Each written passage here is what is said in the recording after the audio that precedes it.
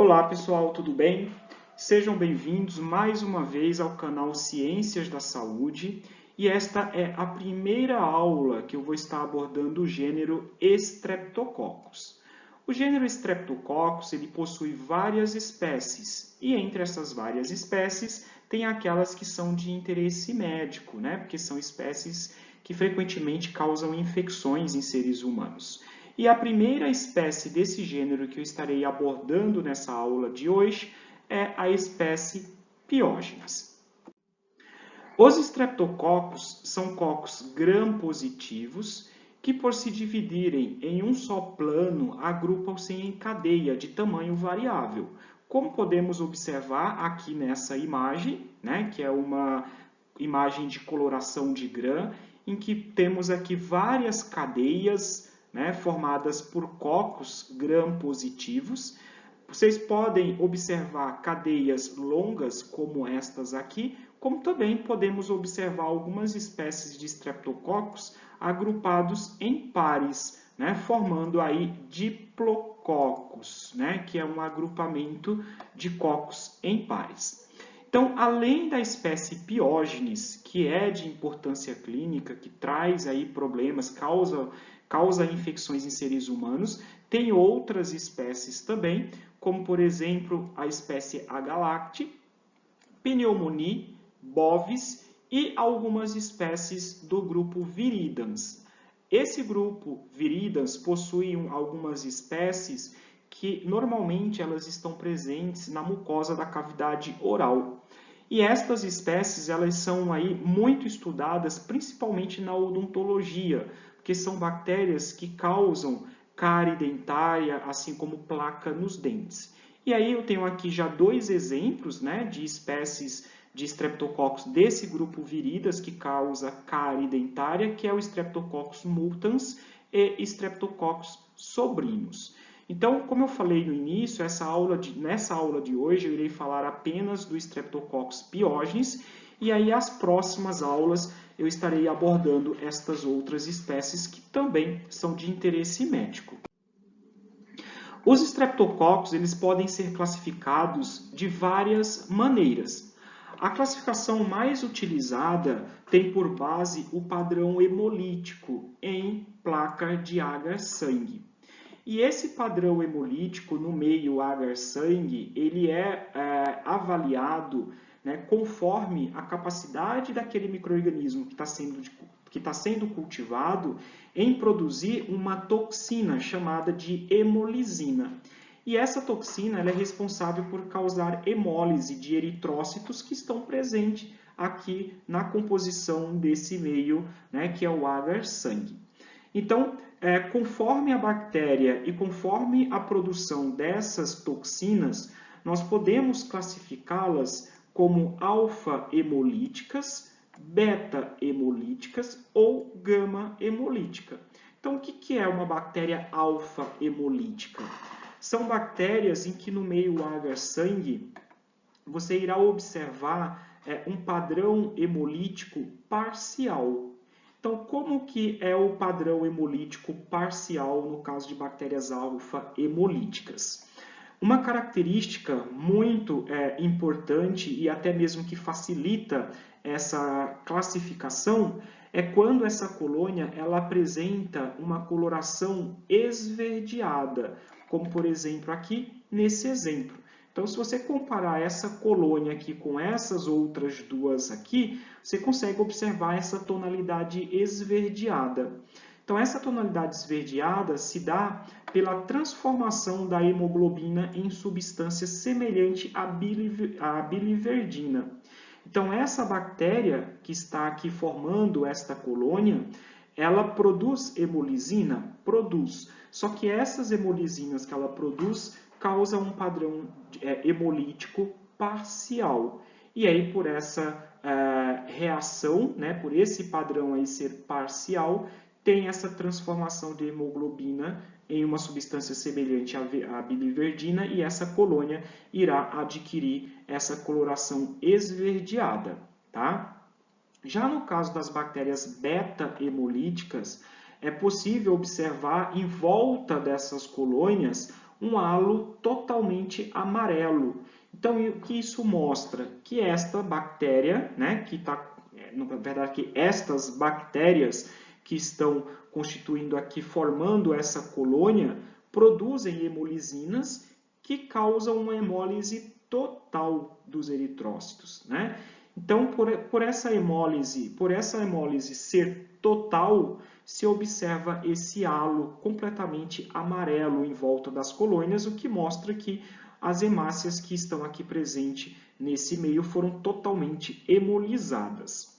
Já no caso das espécies que são gama-hemolítica, elas recebem essa classificação porque elas não produzem hemolisina. Então, não se observa nenhum tipo de padrão hemolítico nas bactérias que são gama-hemolíticas.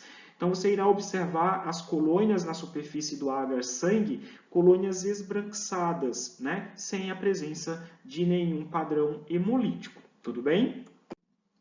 Como podemos observar aqui nessa imagem, nós temos aqui esses 3 exemplos de padrão hemolítico, beta, alfa e gama, e alguns exemplos de bactérias, como o Streptococcus pyogenes e o Streptococcus agalacti. Então, Streptococcus pyogenes e agalacti são 2 espécies completamente diferentes com relação aos seus mecanismos de patogenicidade, assim como as doenças que elas causam e também com relação a algumas características. Porém, apresentam o mesmo padrão hemolítico, são beta-hemolíticas. Da mesma forma, aqui o Streptococcus pneumoniae e as espécies de Streptococcus do grupo Viridans. Então, ambas bactérias apresentam o mesmo padrão hemolítico, que é o padrão alfa-hemólise, em que observa-se as colônias nesse meio agar-sangue com essa tonalidade esverdeada, que é pela formação daquele pigmento que é a biliverdina. Tudo bem? Outra forma de classificação destas espécies de Streptococcus, também muito utilizado, baseia-se nas características antigênicas de um polissacarídeo, ou seja, de um carboidrato de composição variável chamado de carboidrato C. Então, esse polissacarídeo, que é o carboidrato C, ele está localizado na parede celular de algumas espécies de Streptococcus. E por meio, né, da presença desse carboidrato C na sua superfície, pode ser detectado por algumas diferentes técnicas imunológicas, por ser uma estrutura antigênica. Tomando por base, então, esse polissacarídeo, Rebecca Lancefield, em 1933, desenvolveu um sistema de sorotipagem onde ela formou aí 20 grupos sorológicos classificados como grupos de Lancefield. E aí cada um desses grupos recebeu uma letra do alfabeto, né, em maiúsculo, que vai de A até Z. Então, como podemos observar aqui nessa tabela, nós temos aqui, podemos visualizar várias espécies de Streptococcus. O grupo, né, conforme a classificação sorológica que cada uma dessas espécies foi classificada, e também temos aqui o padrão de hemólise. Então, vejam, o Streptococcus pyogenes foi classificado, né, como uma bactéria do grupo A, né, dessa classificação de Lancefield, que trata-se de uma bactéria beta-hemolítica, ou seja, que causa hemólise total no meio agar-sangue. Já no caso do Streptococcus agalacti, foi classificado como no grupo B, que também é uma bactéria beta-hemolítica, ou seja, que causa hemólise total em agar-sangue. O que isso significa? Que todas essas bactérias, todas essas espécies que foram classificadas dentro de um grupo, possuem esse carboidrato C, mas esse carboidrato C ele acaba sendo diferente, né, antigenicamente de uma espécie para outra. Então, por isso que todas elas não são classificadas, né, dentro de um único grupo. Existem grupos diferentes, como podemos ver aqui, Piógenes pertence ao grupo A, A galacti pertence ao grupo B. Streptococcus bovis equinos, que também são outras duas espécies de interesse médico, que inclusive eu irei abordar nas próximas aulas, pertence ao grupo D. Só que, no caso aqui das espécies de Streptococcus do grupo Viridans e Streptococcus pneumoniae, que são bactérias alfa-hemolíticas, não são grupáveis, ou seja, elas não possuem esse carboidrato C e, portanto, não foi possível criar um grupo para essas espécies. Tudo bem?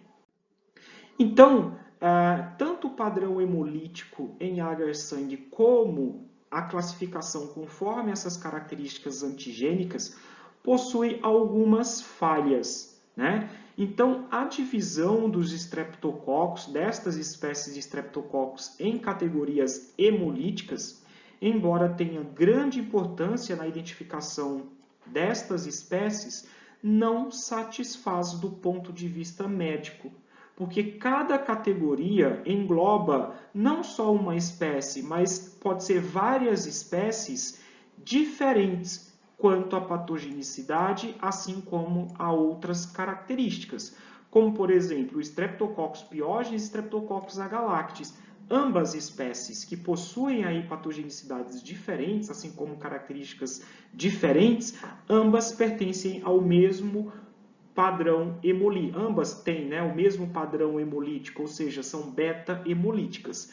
Então, simplesmente o padrão hemolítico não é suficiente para identificar uma espécie de Streptococcus, não só exatamente por ter várias espécies que possuem o mesmo padrão hemolítico. A mesma forma, a mesma coisa acontece no caso das características, né, antigênicas com relação ao carboidrato C presente na parede celular. Embora represente aí vantagens evidentes, né, essa classificação ela tem aí as suas desvantagens. Então, esta classificação que tem por base esse carboidrato C não pode ser usada para identificar todas as espécies de Streptococcus, exatamente porque muitas espécies não possuem esse polissacarídeo. Portanto, não foi classificado, né? Ou seja, essa espécie que não possui esse carboidrato C, ela não pode ser classificada dentro de um grupo. Então, aqui, por exemplo, o Streptococcus pyogenes, como nós vimos na tabela anterior, é classificada como no grupo, né? Está classificada aí no grupo A, de Lancefield, porque possui o carboidrato C, né? Que é aquela estrutura antigênica.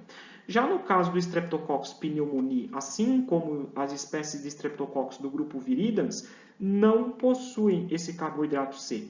Então, é uma forma de como pode ser classificada essas espécies, porém não é 100% eficaz no sentido de englobar todas as espécies, né? Então, tem algumas espécies que não podem ser identificadas por esse método de classificação, assim como também com relação ao padrão hemolítico.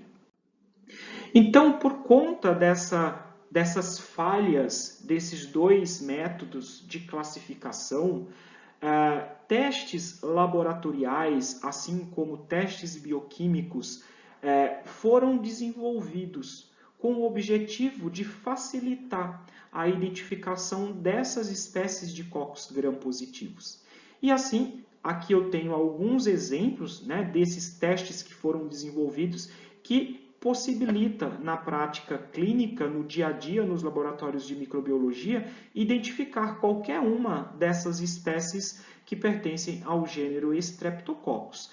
Então aqui são 8 testes, né, como exemplo, o teste da bacitracina, teste de Camp, teste da hidrólise do hipurato, teste da optoquina, teste da biliesculina, a avaliação do crescimento bacteriano em caldo BHI com uma concentração de NaCl de 6,5%, teste de PIR e teste da bilissolubilidade.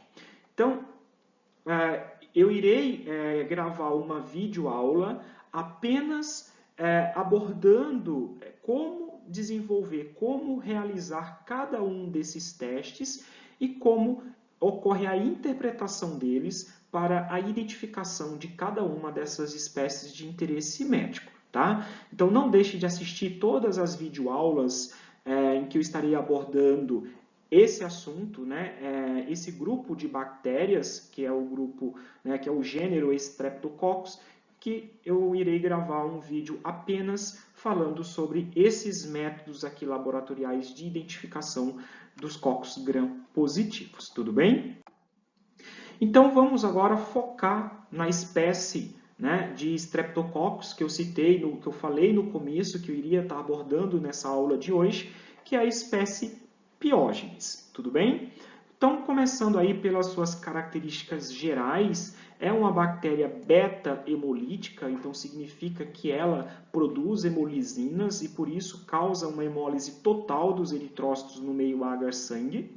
Pertence ao grupo A de Lancefield, ou seja, esta bactéria ela apresenta um carboidrato C na sua parede celular e são cocos gram-positivos, né? Observados aí pela coloração de gram, como vocês podem observar aqui, a presença de cocos agrupados em cadeias e corados de roxo.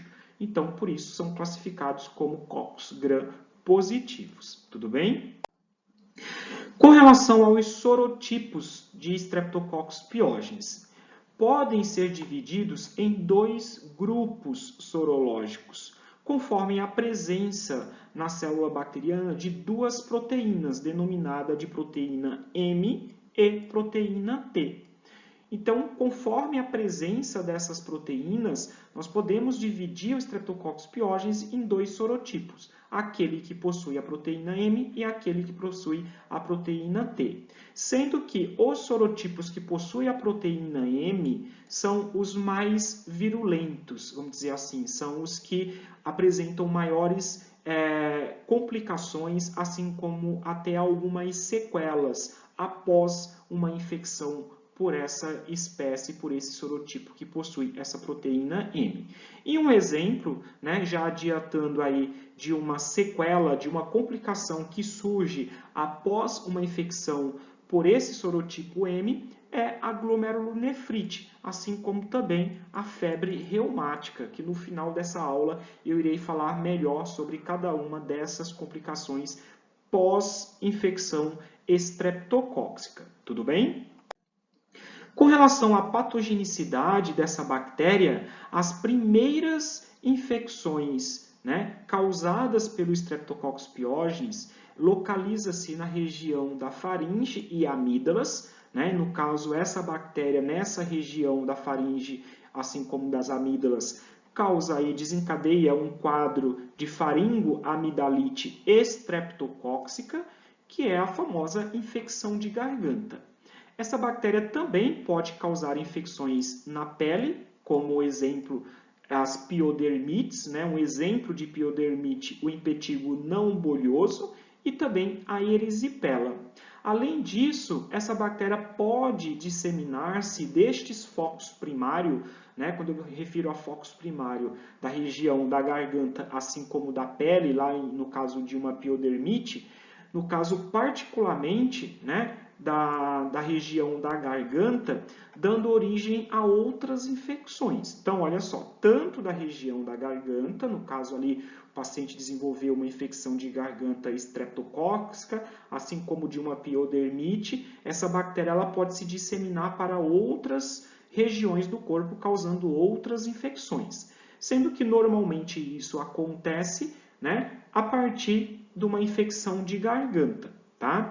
Então, a partir dessa região, a partir da faringoamidalite, outros órgãos também podem desenvolver processos inflamatórios pela presença dessa bactéria, como no caso o desenvolvimento da sinusite, otite, assim como mastoidites também, sendo que essas complicações aqui, né, que surgem em decorrência da faringite estreptocóxica ocorre apenas em torno de 1 a 3% dos indivíduos doentes. tá? Assim como também essa bactéria, a partir de um desses focos primários, ela pode cair na corrente sanguínea, causando uma bacteremia, e assim, a partir do momento que está presente no sangue, ir parar em outros órgãos, causando outras complicações, em que complicações essas podem até custar a vida do paciente, do indivíduo. Tudo bem?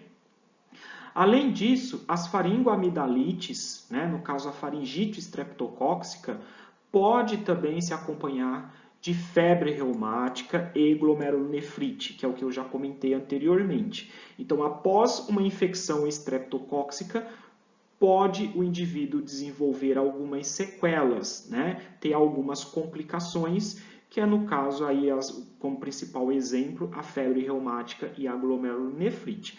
Como eu já falei anteriormente, no final dessa aula eu irei falar mais de forma bem detalhada um pouco sobre a febre reumática e a glomerulonefrite pós-estreptocóxica. Tudo bem? Então, começando pela faringoamidalite estreptocóxica, né, que é a infecção primária causada por essa espécie Piógenes. Então, o Piógenes é responsável por 15 a 30 das infecções de garganta bacteriana nas crianças e 5 a 10% nos adultos. É uma das infecções mais frequentes na juventude, tem uma incidência maior entre 5 e 15 anos de idade, exatamente que é uma faixa etária em que estão na escola, né? Raramente em menores de 3 anos de idade, e em 0,3 a 3% dos casos de faringite estreptocóxica evolui para febre reumática, ou seja, o paciente irá apresentar uma complicação pós essa infecção. Apenas em 0,3 a 3% dos casos da faringite estreptocóxica que irá desenvolver essa sequela. Tudo bem? E como que ocorre a transmissão dessa bactéria, né? Então, a transmissão ela ocorre normalmente pelo contato direto de pessoa a pessoa, assim como por meio de gotículas de saliva ou até mesmo de secreção nasal. Um outro fator também que contribui muito para essa transmissão é a aglomeração, né? Então, a aglomeração é um fator aí que contribui muito para esse processo de transmitir essa bactéria de uma pessoa para outra, e isso justifica onde a maior incidência de transmissão de infecção está entre crianças de 5 a 15 anos de idade, porque é um momento da vida dessas crianças em que elas estão no ambiente escolar, né? E que está tendo um contato constante ali com várias crianças, né, brincando, entre outras funções, e dessa forma ocorre a disseminação, a transmissão entre elas facilmente. Tudo bem? E por qual mecanismo essas bactérias, a partir do momento que chegam ali na mucosa da garganta desta criança, ela irá desenvolver um processo infeccioso, né? Então, esse mecanismo de fixação se dá em duas etapas. Na primeira etapa, a bactéria, a partir do momento que chega ali na mucosa, ela irá se fixar, né, nas células da mucosa, e na sequência ela irá começar a se reproduzir, ou seja, ela irá colonizar essa superfície. Então, como que ocorre essa fixação? Então, essa aderência da bactéria na mucosa da orofaringe é mediada por uma estrutura chamada de fibrila. Essa fibrila ela é formada pela proteína M e pelo ácido lipoteicoico, tá? Então, como podemos observar aqui nessa imagem, aqui temos essa fibrila, né, essa estrutura que está presente aí na célula bacteriana, composta pela proteína M e pelo ácido lipoteicoico. E aí essa estrutura ela interage com moléculas de fibronectina, que são moléculas de superfície que estão presentes nas células da mucosa da orofaringe, e dessa forma essa bactéria ela consegue se fixar, se aderir, e a partir desse momento ela começa a se reproduzir colonizando ali aquela região. e aí, ao mesmo tempo, né, inicia a sua segunda etapa, que é com relação à sua capacidade de invasão. Então, conforme ela está aderida ali naquela célula, ela tem a capacidade de invadir essa mucosa. E aí, desencadeando uma reação inflamatória que pode ser intensa. E aí, quando desencadeia essa resposta inflamatória, obviamente, células do sistema imunológico, como macrófago, neutrófilos, irão migrar para esse local e irão, né, combater esse micro-organismo. E aí, decorrente dessa resposta inflamatória, haverá a produção de exudato purulento, como podemos observar aqui nessa imagem. Então, essas placas amareladas aqui é exudato purulento, ou seja, o exudato purulento ele é composto por células tanto da própria mucosa mortas, ou seja, restos celulares, como leucócitos mortos e a presença de bactérias, tanto mortas quanto vivas também, compõem esse exudato purulento, que é característico de infecções causadas por bactérias, e que a presença desse exudato ali na mucosa serve para indicar, para mostrar que realmente é uma infecção causada por bactérias. Então, quais são os sinais e sintomas sugestivos de uma faringite, né, de etiologia estreptocóxica? Porque existem outros quadros de faringoamidalite causado por vírus. Então, é necessário saber essa diferenciação, né, saber diferenciar um quadro de faringite causada por uma infecção viral de uma infecção bacteriana, né? Então vamos lá, quais são esses sinais e sintomas? Dor de garganta de início súbito, dor à deglutição, febre e cefaleia. Além disso, rache cutâneo, assim como náusea, vômito e dor abdominal. E aí, sintomas agora específicos, né, de uma infecção bacteriana. Eritema, né, fica inchado, como podemos observar aqui nessa imagem, as amígdalas, né, estão completamente inchadas, assim como estão avermelhadas. A presença de exudato purulento, que são essas placas amareladas, petequias no palato mole, aqui nessa outra imagem é possível, né, visualizar a presença desses pontos vermelhos aqui, que são, né, chamadas de petequias, esses pontos, assim como também uma hiperemia e edema da úvula. Né? Então, a úvula, que é essa estrutura que está localizada na região da faringe, ela tanto está vermelha quanto ela está inchada. Além disso, também adenomegalias cervicais anteriores, né, que é um aumento dos gânglios linfáticos presentes na região da porque esses gânglios estão próximos ali de onde está ocorrendo esse processo infeccioso. Então, como está desencadeando uma resposta inflamatória, esses gânglios eles ficam inchados pela presença da bactéria. Tudo bem? E aí, nesse local da infecção, né, então, nesse foco infeccioso ali na garganta, por exemplo, algumas cepas de Streptococcus são produtoras de uma toxina, né? Então, além dela estar causando ali aquele dano na mucosa, ela também pode estar produzindo toxina.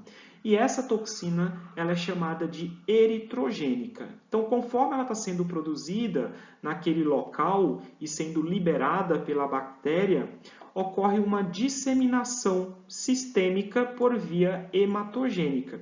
Então, a partir do momento que essa toxina chega no sangue, ela consegue alterar a permeabilidade dos capilares sanguíneos, dando origem à formação de eritema, característico da escarlatina, por desencadear uma reação inflamatória na pele.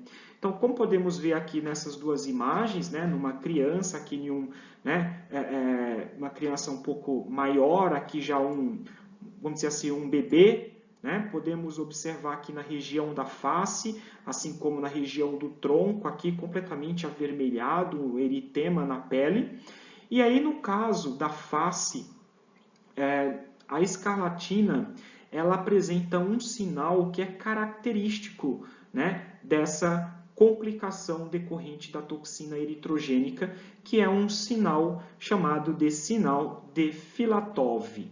O sinal de Filatov, ele se dá por uma palidez em região perioral. Então, como podemos observar aqui, ó, nessa criança, em volta da boca estar branco, estar claro, né? Estar pálido. Já no caso aqui nas bochechinhas, você vê que estão, né, as bochechas completamente vermelhas, né, com eritema ali na região da face e essa região em volta da boca com essa certa palidez. Então, esse sinal clínico, o sinal de Filatov, é um sinal característico, né, de um quadro de escarlatina causado por essa toxina eritrogênica. Só ocorre em torno de 10% das faringites streptocóccicas por piógenes. Algumas crianças elas são resistentes a essa toxina e outras são sensíveis. Então, por isso que tem aí uma incidência tão pequena, né, de crianças que desenvolvem essa complicação que é a escarlatina. E 80% da população já possui anticorpos contra essa toxina. Então, isso significa que em algum momento da vida já entrou em contato, já teve uma infecção por essa bactéria e aí teve uma resposta imunológica, né, havendo a produção de anticorpos ante essa toxina. Tudo bem? Outras complicações, né, também a partir da faringite streptocócica, a partir desse foco infeccioso na região da garganta, complicações essas classificadas como supurativas, tá? O primeiro exemplo é a sinusite. Então, o que é a sinusite? É uma inflamação dos seios paranasais, também conhecidos como seios da face, né? Que são espaços, né? São cavidades ocas que estão presentes nos ossos da face, que rodeiam os olhos, assim como a maçã do rosto e também na região da testa.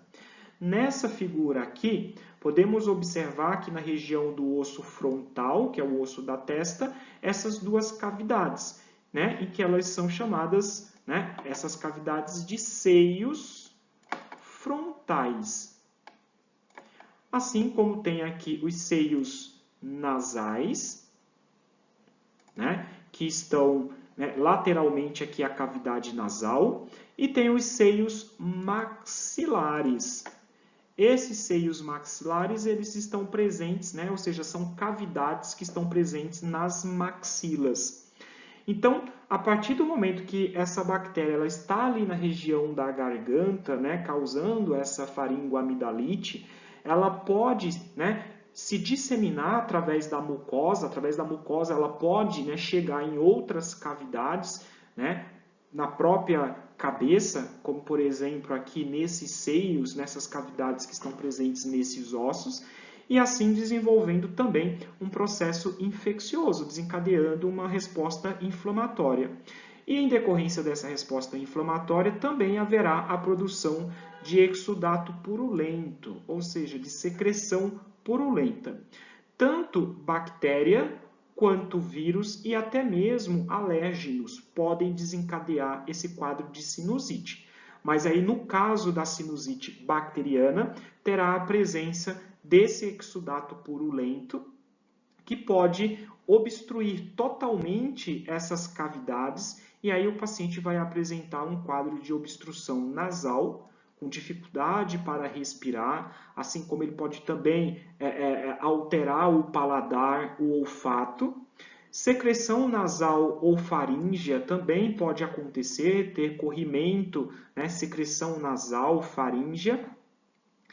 Esse quadro de sinusite pode evoluir para uma tosse também, porque conforme o paciente ele vai, né, engolindo essa secreção faríngea, a bactéria que está sendo liberada através dessa secreção pode, né, atingir aí as vias respiratórias inferiores e desencadear um quadro de tosse decorrente de um processo inflamatório.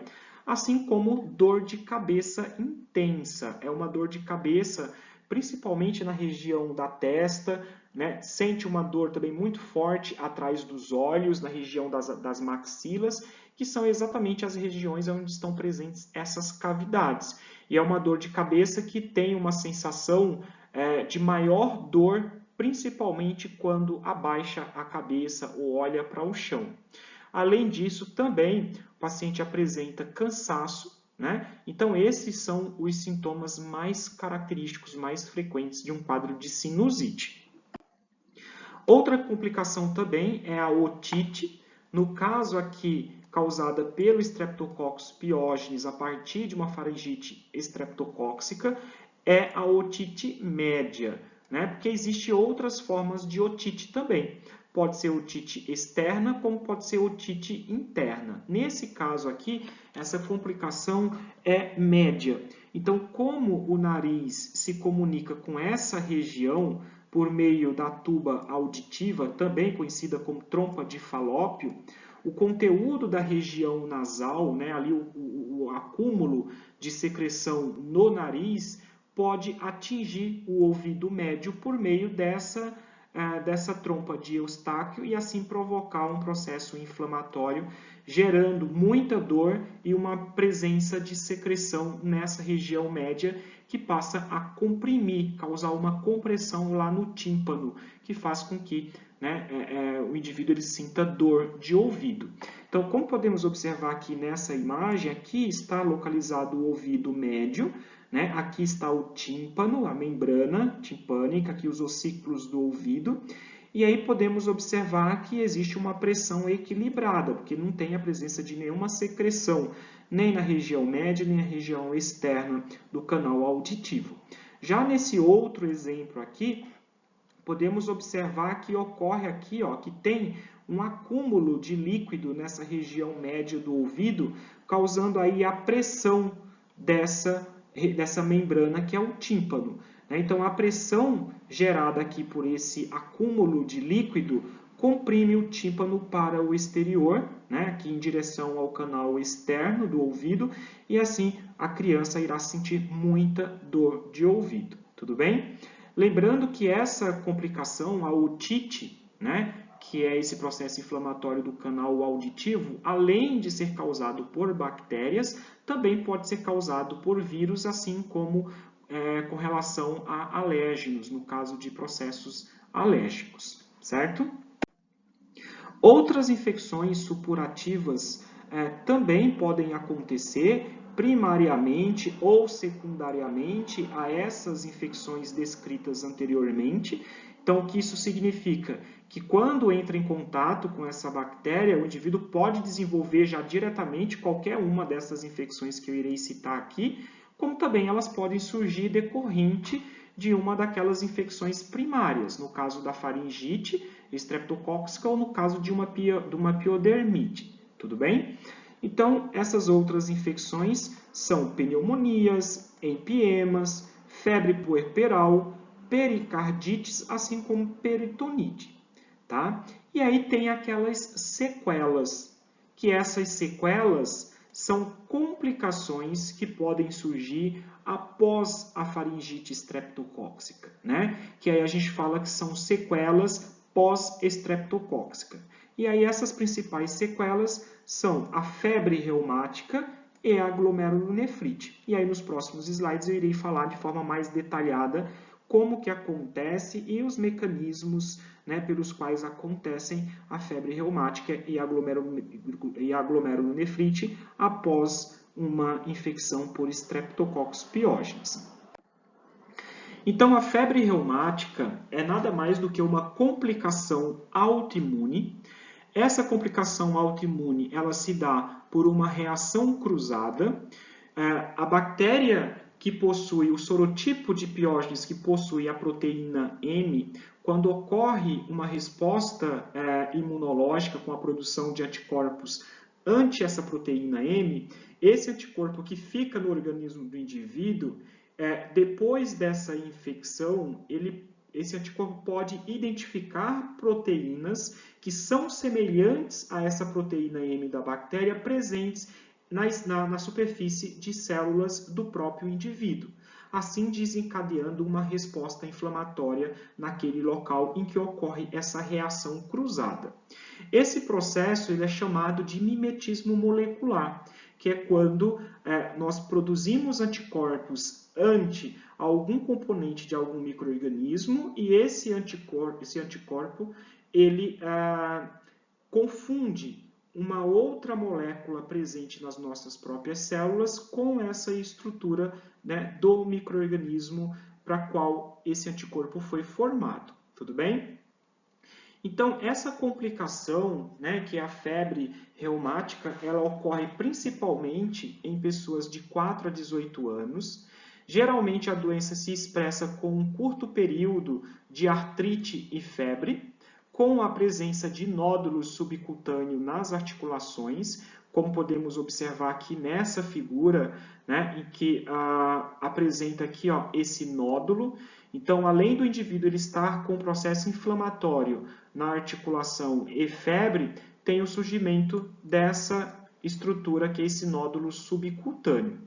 Em cerca da metade das pessoas afetadas, uma inflamação pode ocorrer no coração, provavelmente, né, de uma reação imune mal direcionada contra a proteína M streptocóxica, causando danos às válvulas cardíacas, por esse mesmo processo que eu citei anteriormente de reação cruzada. E esse dano a essas válvulas cardíacas pode ser grave o suficiente para resultar em insuficiência do coração e morte do paciente.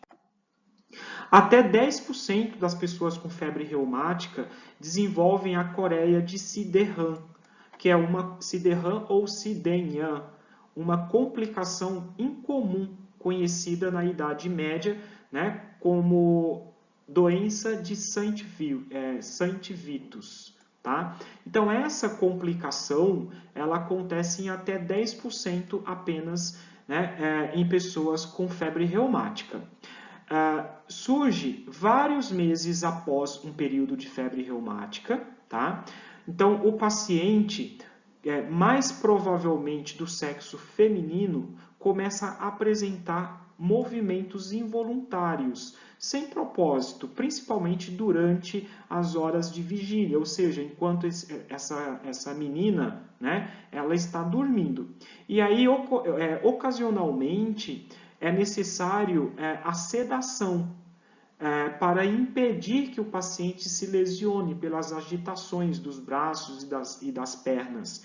E aí essa condição ela desaparece, né? Esse quadro ele desaparece depois de alguns meses. Então ele pode surgir, né, vários meses após um episódio de febre reumática e aí quando surge desaparece também depois de alguns meses, tendo essa necessidade, né, de em algumas situações ter que sedar a menina para evitar possíveis lesões enquanto dorme. Tudo bem?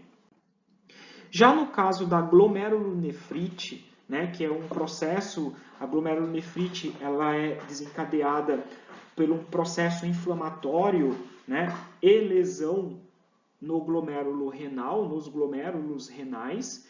Então, também é uma complicação renal autoimune que aparece semanas após uma infecção por estreptococcus, principalmente como a faringite estreptocóxica e das piodermites, sendo que é mais frequente após as piodermites, tá? E aqui um detalhe importante. A febre reumática, ela pode surgir após tanto uma faringite estreptocóxica, como também após as piodermites. Já no caso da glomerulonefrite, é mais comum surgir essa complicação após as piodermites, tá? Também se trata de uma complicação autoimune, como eu já falei anteriormente, e tudo depende do sorotipo, né, de Piógenes que possui essa proteína M. Acomete mais frequentemente crianças, mas pode também ocorrer em qualquer faixa etária e é mais comum no sexo masculino. E o mecanismo de patogenicidade da glomerulonefrite veremos no próximo slide, que ocorre após uma infecção, né, estreptocóxica, como eu já citei anteriormente. Então, no decorrer dessa infecção estreptocócica, o indivíduo irá formar anticorpos anti a proteína M, né? Por isso que tudo depende se essa faringite estreptocócica for causada por um sorotipo que possui essa proteína M. Então, esses anticorpos anti essa proteína depositam-se nos glomérulos, causando a lesão renal, né? E a lesão glomerular, ela é homogeneamente difusa, né? Ou seja, acometendo aí todo o glomérulo com infiltrado e depósitos de imunocomplexos.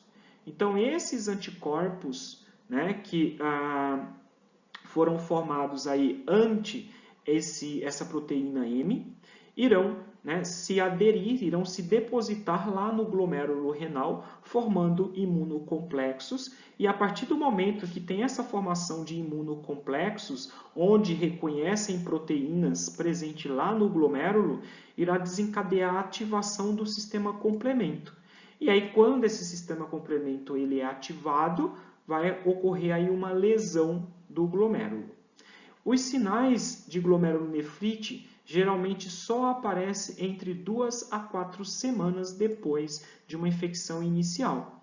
E aí os principais sintomas são edema no rosto e nas pernas e também a presença de hematúria, que é o sangue na urina, né? Entre outros sintomas também, mas esses são os mais característicos da glomerulonefrite. Quais são os fatores de virulência que essa espécie possui que torna, né, essa bactéria tão agressiva, com capacidade de causar aí várias complicações?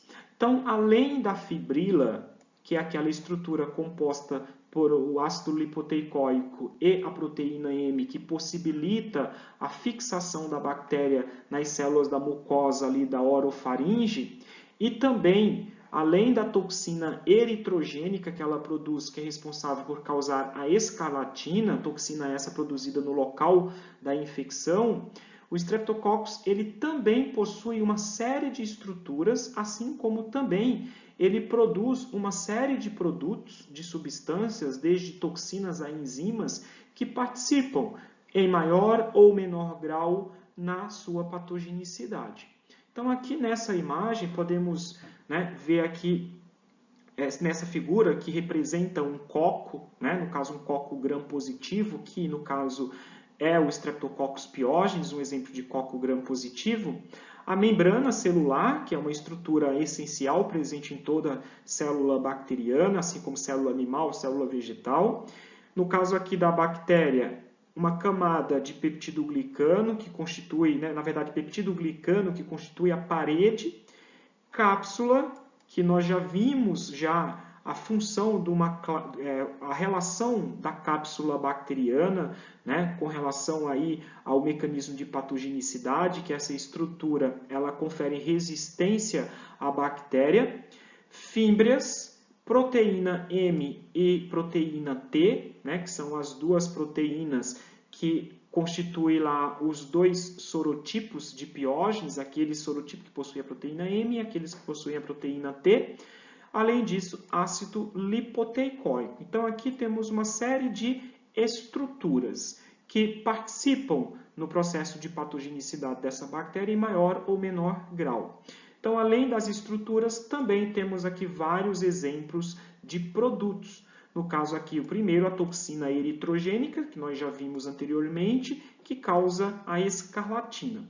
Além disso, também temos aqui exemplos de toxinas e enzimas, toxina, a streptolizina S, streptolizina O, enzima, streptokinase, desoxirribonuclease e hialuronidase. Então, aqui são tudo produtos que essa espécie produz, que também, em maior ou menor grau, irá auxiliá-la aí no seu processo de patogenicidade. Tudo bem? Então, nos slides seguintes, eu irei falar sobre cada um desses fatores de virulência, como que eles participam nesse mecanismo de patogenicidade desta espécie. No caso da cápsula, eu já falei, a cápsula confere à bactéria resistência à fagocitose. No caso do Streptococcus pyogenes, ela é formada de ácido hialurônico e por essa característica acaba sendo idêntica ao tecido conjuntivo e é uma estrutura, por essa razão, não imunogênica. Tá? Já no caso da proteína M, é um importante fator de virulência e devido à sua capacidade de interferir na fagocitose. Então, a proteína M também é uma estrutura, né, que confere resistência à fagocitose. E aí um detalhe importante é que cepas desprovidas da proteína M não são prontamente fagocitadas e destruídas pelos leucócitos. O peptidoglicano, que é o principal constituinte da parede das bactérias gram-positivas, também no caso de uma infecção por piógenes, nesse local do foco de infecção a bactéria estará liberando peptídeos e será tóxico para as células animais, tanto em vivo quanto in vitro. E a streptolizina S, que é uma toxina. Então, a streptolizina S é um tipo de hemolisina, que é responsável pelo halo de hemólise em agar-sangue. Então, aquele padrão hemolítico que nós vimos no início da aula, que o Streptococcus pyogenes ele é classificado como beta-hemolítico, ele causa hemólise total, se dá pela produção de hemolisinas, que essa bactéria tem a capacidade de produzir. Então, aqui o primeiro exemplo de hemolisina é a streptolizina S. Essa streptolizina ela é ativada tanto na presença como na ausência de oxigênio. Então, independente da forma de como essa bactéria for cultivada no meio agar-sangue, na presença ou na ausência de oxigênio, ela irá causar uma hemólise total dos eritrócitos. Aparentemente, essa hemolisina não é imunogênica, o que significa que nós não iremos desenvolver anticorpos anti essa streptolizina E. Só que ela é responsável, ela participa, né, na morte de uma parte dos leucócitos que fagocitam essa bactéria. E um outro detalhe também importante é que essa streptolizina recebe aí essa denominação S por ser possível de ser extraída do soro do paciente, né? Ou seja, ela está presente no soro. Uma outra hemolisina é a streptolizina O, só que aí o que diferencia essa streptolizina O da S é que ela só é ativada na ausência de oxigênio, né? Então, essa bactéria sendo cultivada, né, na ausência de oxigênio, né, em uma atmosfera anaeróbica, ou seja, né, sem a presença de oxigênio, ela não irá causar hemólise dos eritrócitos no meio agar-sangue. É uma toxina antigênica, isso significa que ocorrerá o desenvolvimento, né, quando se tem uma resposta imunológica, ocorrerá uma produção de anticorpos anti essa streptolizina O, e a pesquisa desses anticorpos anti-streptolizina O tem grande importância clínica, principalmente no diagnóstico de febre reumática, que é uma complicação que pode surgir após uma infecção estreptocócica. E aí, com relação às enzimas, aqui como exemplo a streptokinase, desoxirribonuclease e hialuronidase. A streptokinase, também chamada de fibrolisina, tem capacidade de dissolver coágulos pela transformação do plasminogênio, que está presente no sangue, em plasmina. Também a enzima desoxirribonuclease tem como função degradar ácido nucleico e a enzima hialuronidase dissolve componentes estruturais da matriz extracelular do tecido conjuntivo. Então, em virtude de suas atividades enzimáticas, é provável que estas três enzimas sempre participem da patogênese das infecções causadas pelo Streptococcus pyogenes. E com relação à resposta imunológica do hospedeiro, né? Como que fica após uma infecção por esta espécie? Então, pouco se sabe sobre o desenvolvimento de imunidade após as infecções por Streptococcus pyogenes, né? No caso aí, infecções cutâneas. Mas está bem estabelecido, tá? Que as faringoamidalites levam ao desenvolvimento de imunidade persistente mediada por anticorpos. Anticorpos anti a proteína M. Então, quando o indivíduo ele tem repetidas faringoamidalites, ou seja, repetidas faringites estreptocóxicas, né, causada pela espécie Piógenes, significa que são sorotipos diferentes, ou seja, são sorotipos diferentes que possuem essa proteína M, porque aquele sorotipo que ele teve uma primeira vez, ele irá desenvolver anticorpos ante esse sorotipo, ante essa proteína M, e aí se ele vir a ter novamente, será por um outro sorotipo que possui essa proteína M, só que diferente, né, dessa bactéria, desse sorotipo que desenvolveu a infecção anteriormente. Tudo bem? Também é possível identificar nesse indivíduo anticorpos antitoxina eritrogênica, como eu falei lá no início, quando estava falando da escalatina, 80% da população já possui anticorpos anti essa toxina, né, que protege aí do desenvolvimento da escarlatina, que é aquela reação inflamatória na pele. Também tem a produção de anti-streptolizina O, como nós vimos anteriormente, esse anticorpo anti-streptolizina O é muito importante, principalmente no diagnóstico da febre reumática. E também se tem a produção de anticorpos anti-desoxirribonuclease e anti-hialuronidase. Com relação ao tratamento e o controle das infecções causadas por essa espécie, vários antibióticos apresentam boa atividade, mas o de escolha até o momento é a penicilina G. Então, até o momento não foram encontradas amostras resistentes à penicilina G, portanto, trata-se com esse tipo de antibiótico. Existem relatos de infecção que não responderam a esse tipo de tratamento, mas isso por outras razões e não porque a bactéria desenvolveu resistência. Mas se sabe, né, de que 30 a 50% das amostras de Piógenes são resistentes à tetraciclina. E essa resistência já foi identificado que é mediada pela presença de plasmídio R. Então, estas bactérias possuem plasmídio R que confere resistência à tetraciclina. Em casos de alergia à penicilina, deve-se utilizar a eritromicina. Então, a eritromicina substitui a penicilina no caso do paciente sendo alérgico e não existe vacina para utilizar como profilaxia, né, para infecções por Streptococcus pyogenes. Então, o objetivo do tratamento da faringite streptocóxica é erradicar a bactéria do organismo e, com isso, fazer a profilaxia da febre reumática. Já o tratamento das piodermites tem o mesmo objetivo, mas não está provado que possa modificar a incidência de glomerulonefrite. E aí, mais uma vez, aqui eu repito, a faringite streptocóxica pode desenvolver sequelas, né, como febre reumática e glomerulonefrite pós uma infecção, né, na região da faringe, né, no caso pós uma faringite streptocóxica.